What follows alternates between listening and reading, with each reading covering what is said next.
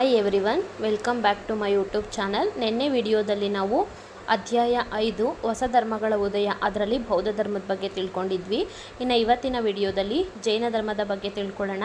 ಮೊದಲನೇ ಪ್ರಶ್ನೆ, ಜೈನ ಧರ್ಮದ ಸ್ಥಾಪಕರು A Gautama Buddha, B Rishabhanatha, C Parshvanatha, D Vardhamana Mahavira. ಇದಕ್ಕೆ ಆನ್ಸರು ಡಿ ವರ್ಧಮಾನ ಮಹಾವೀರ. ಇವರು ಜೈನ ಧರ್ಮದ ಸ್ಥಾಪಕರಾಗಿರ್ತಾರೆ. ಇನ್ನು ಮುಂದಿನ ಪ್ರಶ್ನೆ ನೋಡೋಣ.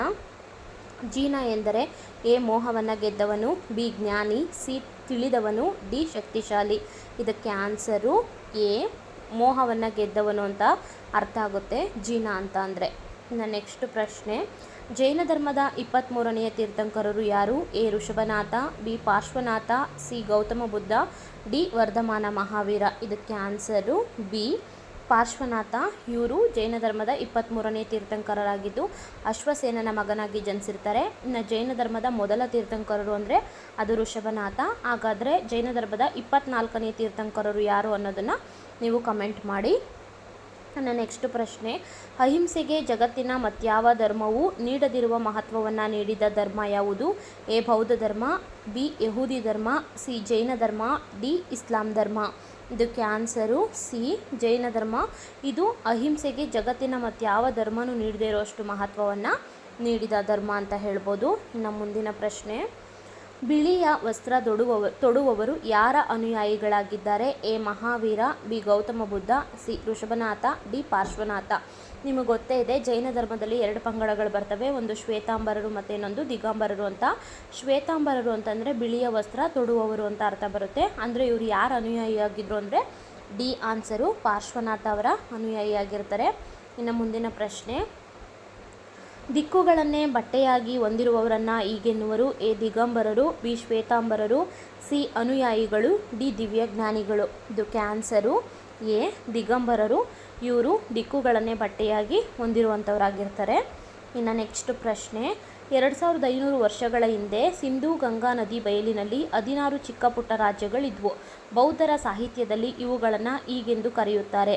ಎ ಮಗಧ, ಬಿ ಮಹಾಜನಪದಗಳು, ಸಿ ಕೋಸಲ, ಡಿ ವತ್ಸ ಅಂತ. ಇದಕ್ಕೆ ಆನ್ಸರು ಬಿ ಮಹಾಜನಪದಗಳು ಅಂತ ಹೇಳಿ ಅವುಗಳನ್ನು ಕರೀತಾಯಿದ್ರು. ಇನ್ನು ಮುಂದಿನ ಪ್ರಶ್ನೆ, ಗಣರಾಜ್ಯಗಳಲ್ಲಿ ಪ್ರಮುಖವಾದದ್ದು? ಎ ಮಹಾಜನಪದಗಳು, B Magadha, C Vajji, D Vaishali. ಈ ಗಣರಾಜ್ಯಗಳಲ್ಲಿ ಪ್ರಮುಖವಾದದ್ದು ಅಂದರೆ ಸಿ ವಜ್ಜಿ. ಈ ವೈಶಾಲಿ ಬಿಹಾರದಲ್ಲಿ ಕಂಡುಬರುವಂಥದ್ದು. ಇದು ವಜ್ಜಿಯ ಒಂದು ರಾಜಧಾನಿಯಾಗಿರುತ್ತೆ. ಸರಿನಾ? ಮುಂದಿನ ಪ್ರಶ್ನೆ, ಮಹಾವೀರ ಎಲ್ಲಿ ತಮ್ಮ ದೇಹ ತ್ಯಾಗ ಮಾಡಿದರು? ಎ ಬಿಹಾರದ Gaya, B Sarnath, C Vaishali, D ಬಿಹಾರದ ಪಾವಾಪುರಿ. ಇದಕ್ಕೆ ಆನ್ಸರು ಡಿ ಬಿಹಾರದ ಪಾವಾಪುರಿಯಲ್ಲಿ ವರ್ಧಮಾನ ಮಹಾವೀರ ಅವರು ತಮ್ಮ ದೇಹವನ್ನು ಪರಿತ್ಯಾಗ ಮಾಡ್ತಾರೆ. ಓಕೆನಾ? ಇನ್ನು ನೆಕ್ಸ್ಟು ನೋಡಿ, ಇಲ್ಲಿ ಮಹಾಜನಪದಗಳು ಮತ್ತು ಗಣರಾಜ್ಯಗಳಿಗೆ ಸಂಬಂಧಪಟ್ಟಂಥ ಪ್ರಶ್ನೆಗಳನ್ನು ನಾವು ನೋಡಿದ್ವಿ. ಬಟ್ ಆದರೂ ಸ್ವಲ್ಪ ಥಿಯರಿನ ತಿಳ್ಕೊಳ್ಳಿ, ನೋಡ್ತಾ ಹೋಗಿ. ನಾವೀಗ 2500 ವರ್ಷಗಳಷ್ಟು ಹಿಂದಕ್ಕೆ ಹೋಗೋಣ. ಅದು ಬುದ್ಧನ ಕಾಲ. ಆ ಕಾಲದಲ್ಲಿ ಸಿಂಧೂ ಗಂಗಾ ನದಿ ಬಯಲಿನಲ್ಲಿ 16 ಚಿಕ್ಕ ಪುಟ್ಟ ರಾಜ್ಯಗಳಿದ್ವು. ಬೌದ್ಧರ ಸಾಹಿತ್ಯದಲ್ಲಿ ಇವುಗಳನ್ನು ಮಹಾಜನಪದಗಳು ಎಂದು ಕರೆಯಲಾಗಿದೆ. ಅವುಗಳಲ್ಲಿ ಮಗಧ, ಕೋಸಲ, ವತ್ಸ ಎಂಬ ಮಹಾಜನಪದ ಪ್ರಮುಖವಾಗಿದ್ದವು. ಅಲ್ಲಿ ರಾಜರ ಆಳ್ವಿಕೆಯಲ್ಲಿತ್ತು. ಇಲ್ಲಿ ನಾವು ನೆನ್ಪಿಟ್ಕೋಬೇಕಾಗಿರೋದು ಏನಪ್ಪ ಅಂದರೆ 2500 ವರ್ಷಗಳ ಹಿಂದಕ್ಕೆ ಹೋದರೆ ಅದು ಬುದ್ಧನ ಕಾಲ ಆಗಿರುತ್ತೆ. ಆ ಕಾಲದಲ್ಲಿ ಸಿಂಧೂ ಗಂಗಾ ನದಿ ಬಯಲಿನಲ್ಲಿ 16 ಚಿಕ್ಕ ಪುಟ್ಟ ರಾಜ್ಯಗಳಿರ್ತವೆ. ಅವುಗಳನ್ನು ಬೌದ್ಧರ ಸಾಹಿತ್ಯದಲ್ಲಿ ಮಹಾಜನಪದಗಳು ಅಂತ ಹೇಳಿ ಕರೀತಾರೆ.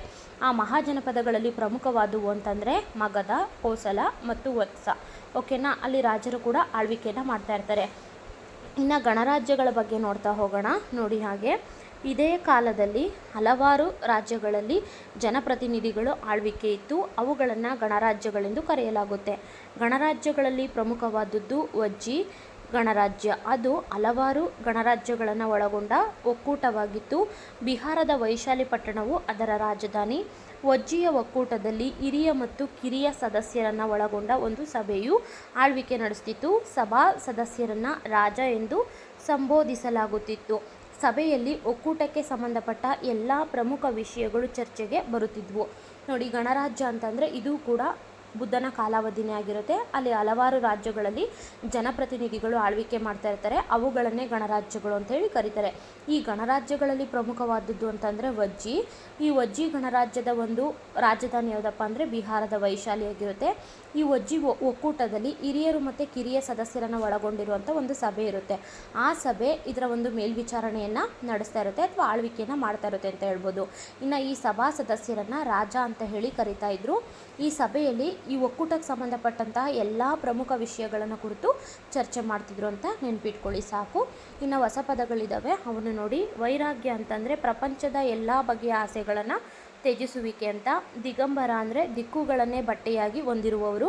ನಿರ್ವಾಣ ಅಂದರೆ ಹುಟ್ಟು ಸಾವುಗಳ ಚಕ್ರದಿಂದ ಪಾರಾಗುವುದು ಅಂತ ಅರ್ಥ ಬರುತ್ತೆ.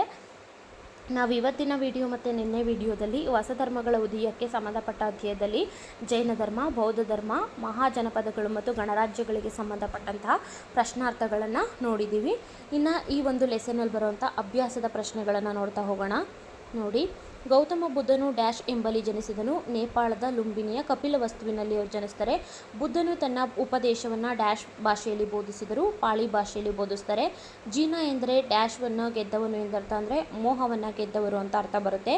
ಜೈನ ಧರ್ಮದ 23ನೇ ತೀರ್ಥಂಕರರು ಅಂದರೆ ಪಾರ್ಶ್ವನಾಥ. ಜೈನ ಧರ್ಮದಲ್ಲಿ ಬಿಳಿ ವಸ್ತ್ರವನ್ನು ಧರಿಸುವವರನ್ನು ಡ್ಯಾಶ್ ಪಂಥೀಯರು ಅಂತ ಕರೀತಾರೆ, ಅಂದರೆ ಶ್ವೇತಾಂಬರರು ಅಂತ ಕರೀತಾರೆ. ಅವರು ಪಾರ್ಶ್ವನಾಥರ ಅನುಯಾಯಿಗಳು ಕೂಡ ಆಗಿರ್ತಾರೆ.